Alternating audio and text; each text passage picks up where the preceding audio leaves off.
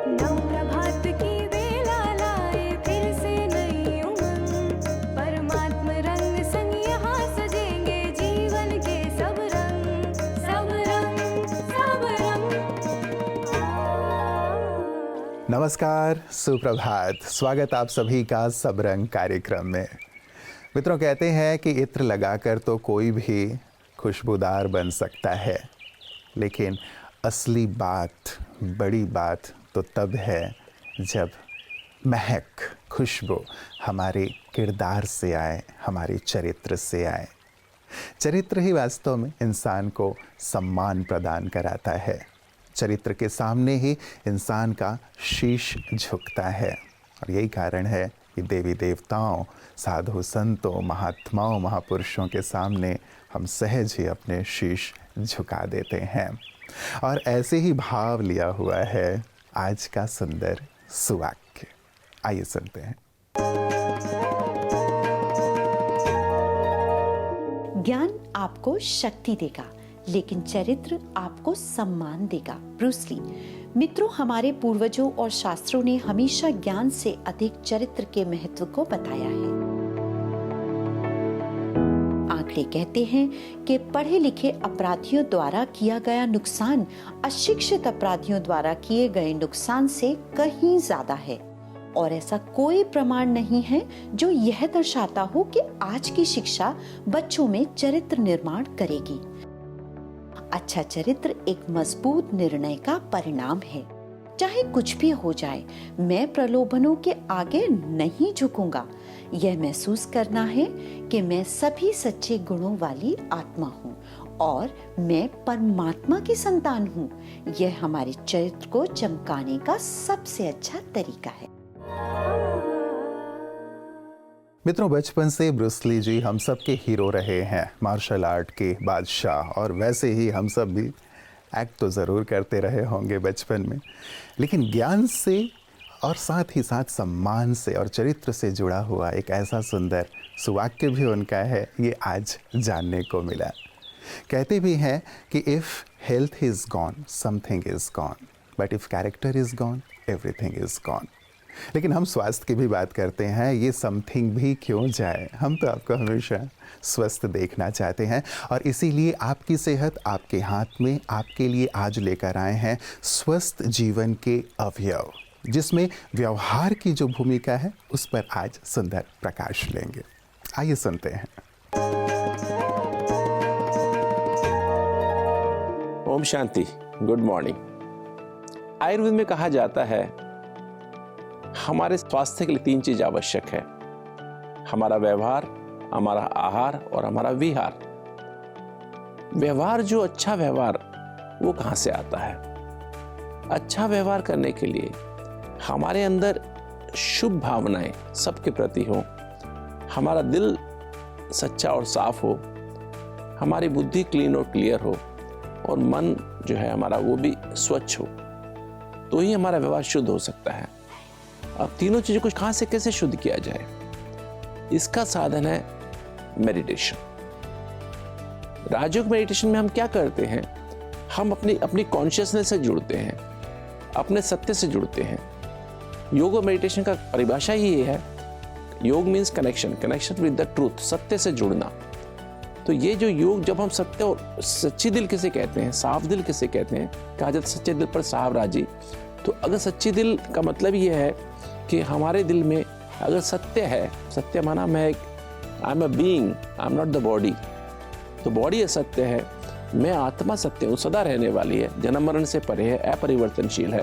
परमात्मा सत्य है, आत्मा परमात्मा का संबंध सत्य है, और सृष्टि रूपी ड्रामा में कर्म सत्य है। ये 4 बातें, इनसे जुड़ जाना, चलते फिरते उठते बैठते कंटिन्यूस प्रोसेस ऑफ लाइफ है। इसी को हम राजयोग मेडिटेशन कहते हैं। तो व्यवहार, हमारा राजयोग का मेडिटेशन से हमारा व्यवहार बदल जाता है, हमारी दिल सच्ची साफ हो जाती है, जिससे हमारी बुद्धि क्लीन और क्लियर हो जाती है, या कहीं बुद्धि स्पष्ट हो जाती है। उसमें हम राइट क्या रॉन्ग की हमें डेफिनेशन समझ आ जाती है, और हमारा मन में पॉजिटिव विचार चलने लगते हैं, हमारी टीम पॉजिटिव हो जाती है। तो दोस्तों याद रखें, अगर हम चाहते हैं हमारा व्यवहार ठीक रहे, तो हम अपने दिल को सच्चा और साफ रखें, बुद्धि को स्पष्ट रखें, और मन को स्वच्छ रखें, इसके लिए राजयोग मेडिटेशन करना अति आवश्यक है। ओम शांति। तो अच्छा व्यवहार हमारे अच्छे स्वास्थ्य के लिए बेहद ज़रूरी, और अच्छे व्यवहार का एक अभिन्न हिस्सा है धन्यवाद कहना। वैसे आपको भी मुझे धन्यवाद कहना चाहिए, राइट? क्योंकि रोज़ ही मैं आपको भारत माँ की गोद में बसे हुए सुंदरतम स्थानों की यात्रा कराता हूँ, वो भी बिना टिकट और बिना खर्चे।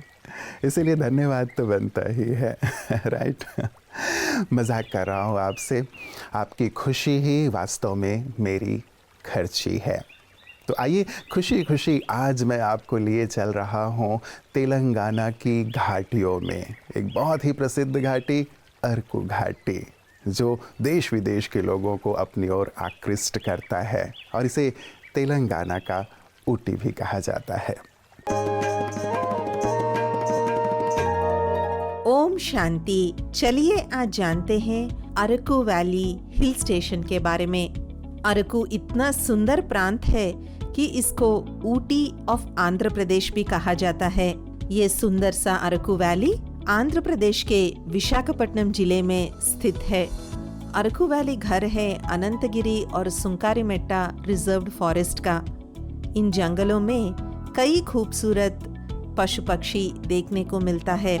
अरकू वैली में बॉक्साइट भी काफी मात्रा में पाया जाता है। अरकू जाने के लिए विशाखापट्टनम से एक बहुत ही अनोखा रेलगाड़ी निकलती है। इस रेलगाड़ी को कांच का रेलगाड़ी भी कहा जाता है, क्योंकि कुछ डब्बे इसके एक बहुत ट्रांसपेरेंट ग्लास मटेरियल से बने हुए हैं। लगभग 50 गुहाओं से रेलगाड़ी जाती है। वास्तव में ये रेल का सफर ही काफी पर्यटकों को आकर्षित करता है। रास्ते में दिखते हैं बुर्रा केव्स, जिनको भारत का सबसे गहरा गुफाएं माने जाते हैं। ये वास्तव में कार्स्टिक लाइमस्टोन से बने हुए हैं। अरकू वैली एक गिरिजन प्रांत भी है। यहाँ के गिरिजनों द्वारा बनाया गया शहद, घर को सजाने वाले सुंदर सुंदर गुड़ियाँ और मैट्स काफी मशहूर है। दक्षिण भारत देश की हिल स्टेशंस में अरकू काफी प्रसिद्ध है। ब्रह्मा कुमारीज अपनी सेवाएं अरकू वैली में कई दशाब्दों से कर रहे हैं। हर साल सितंबर में यहाँ विशेष योग तपस्या प्रोग्राम का आयोजन किया जाता है, जिसमें आंध्र प्रदेश, तेलंगाना और उड़ीसा प्रांत के कई ब्रह्म कुमार और कुमारियाँ आके गहरी तपस्या करते हैं और यहाँ के सुंदर वातावरण में अपनी आध्यात्मिक उन्नति भी करते हैं। तो ये था अरकू वैली के बारे में कुछ अनोखे पहलू। ओम शांति।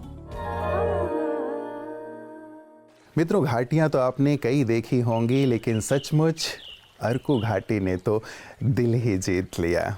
इच्छा ही नहीं हो रही थी कि वहाँ से हम वापस आएं और वहीं जमे रहें, ऐसा लग रहा था। जब कभी भी आप वैलीज़ में जाते हैं तो आपने आवाज़ ज़रूर की होगी, क्योंकि जब हम आवाज़ करते हैं वो वापस हमारे पास ही आता है और वो बहुत ही रोमांचित करने वाला अनुभव होता है।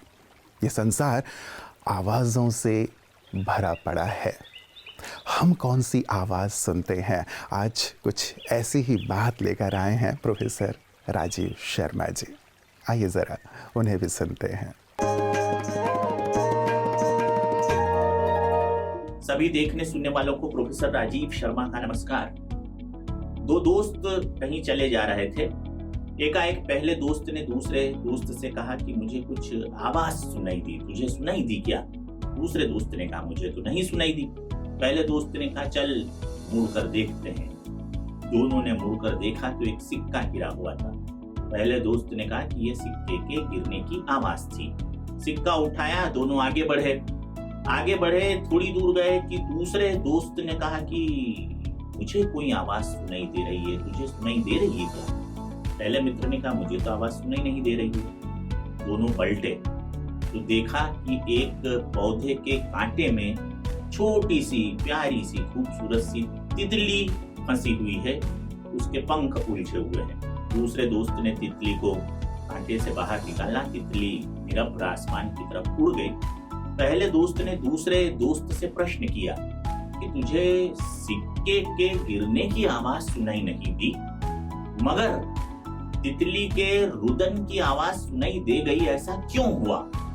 दूसरे दोस्त ने बड़ा खूबसूरत उत्तर दिया। उसने कहा कि तूने जो आवाज सुनी वो धन की आवाज थी, और मैंने जो आवाज सुनी वो मन की आवाज थी। नमस्कार। मित्रों, धन की आवाज़ तो पूरी दुनिया सुन रही है। आज ज़रूरत है मन की आवाज़, मन की वेदना को सुनने की। और हर एक के मन की चाहना यही है कि एक सुख शांतिमय जीवन हो, कलह मुक्त जीवन हो, जीवन में सफलता हो, जहाँ पे भी हैं हम आनंद ही आनंद हो। तो रुक कर, पलट कर और अपना पूरा जीवन लगाकर लोगों के मन की आवाज़ को सुनते हुए उनकी चाहना को पूर्ण करने का कार्य कर रहा है ब्रह्मा कुमारीज संगठन। आइए देखते हैं ये सेवा कार्य किस प्रकार चल रहा है। दिल्ली के Maharaja Agrasen college of nursing के लिए गुरुग्राम के पालम विहार सेवा केंद्र द्वारा पावर ऑफ पॉजिटिविटी पर ऑनलाइन वर्कशॉप का आयोजन किया गया। ये वर्कशॉप विहासा प्रोजेक्ट के अंतर्गत आयोजित की गई, जिसमें पालम विहार सेवा केंद्र की प्रभारी बीके उर्मिल मुख्य वक्ता रही। उन्होंने कार्यशाला के दौरान स्टूडेंट्स को कार्य व्यवहार में रहते अपनी और दूसरों की मानसिक अवस्था की देखभाल के लिए कई प्रैक्टिकल बातें बताई। इस वर्कशॉप में महाराजा अग्रसेन एजुकेशनल सोसाइटी के जनरल सेक्रेटरी M.K. बंसल भी जुड़े थे।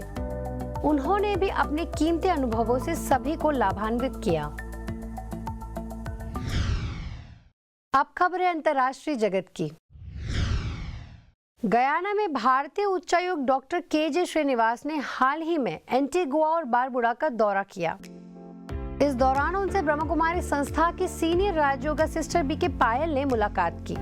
मुलाकात के दौरान डॉक्टर के.जे. श्रीनिवास को बीके पायल ने ब्रह्मा कुमारीज ऑर्गेनाइजेशन की एक्टिविटीज की जानकारी दी। तो वहीं श्रीनिवास ने भारत और गयाना के बीच व्यापारिक संबंधों का जिक्र करते हुए कहा कि भारत से वैक्सीन की खेप गयाना आ चुकी है और मुझे खुशी है कि मैं भारत के साथ मिलकर कार्य कर रहा हूं। मित्रों, जब भी हम कोई कार्य करते हैं तो एक बार तो ज़रूर हमारे मन में ये आता है कि लोग क्या कहेंगे या क्या सोचेंगे। क्या कभी हमने ये सोचा है कि मैं ये करूँगा तो भगवान क्या सोचेंगे या क्या कहेंगे? आज ज़रा इस पर भी आप विचार कीजिएगा और कोई भी कर्म करने, कोई भी बोलने से पहले ये ज़रूर सोचिएगा कि यदि मैं ये बोलूँ, ये करूँ तो भगवान क्या सोचेंगे या भगवान क्या कहेंगे। तो निश्चित रूप से वो बोल और कर्म सुंदर और श्रेष्ठ होंगे, सुखदायी होंगे, आपको भी आनंद आएगा और साथ ही आपके पास जो हैं उन्हें भी सुकून का अनुभव होगा। तो आज खुश रहें और सबको खुशियाँ बांटें। इन्हीं उम्मीदों, विश्वास और शुभकामनाओं के साथ नमस्कार। ओम शांति।